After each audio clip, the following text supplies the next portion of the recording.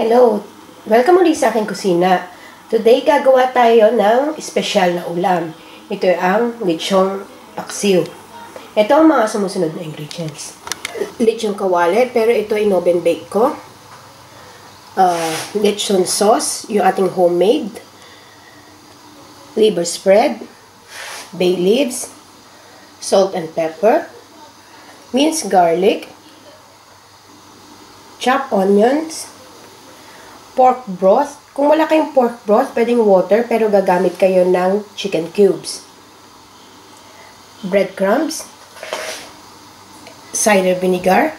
At gagamit din tayo ng oil dito for sauteing. So, dito sa ating cooking pot, magpainit lang tayo ng oil.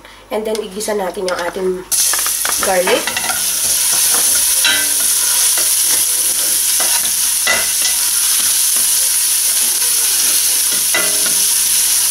And yung ating onion.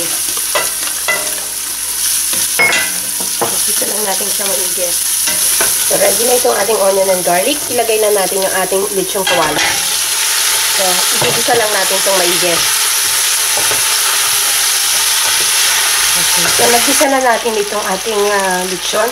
So, ilagay na natin yung ating pork broth. At yung ating vinegar. So, make sure na huwag niyong haluin uli ito hanggang sa hindi siya kumulong maigi. So, takpan lang natin to and we will simmer this for 5 minutes hanggang sa kumulo siya. So, ito.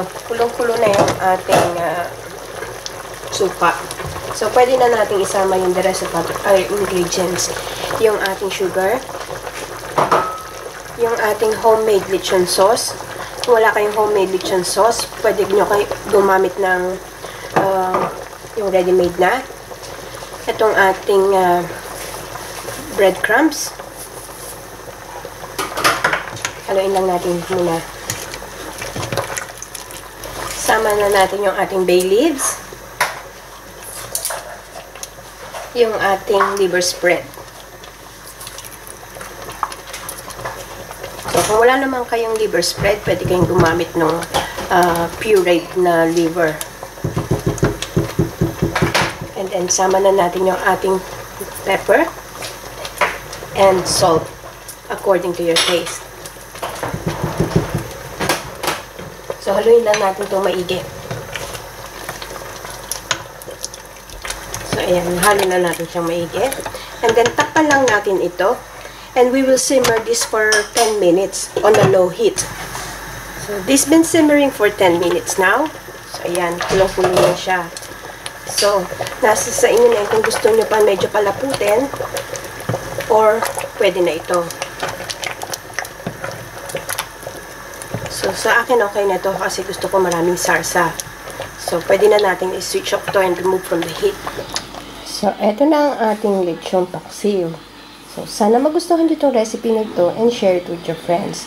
Hanggang sa susunod kong video, makita-kita ulit tayo. Salamat! Bye!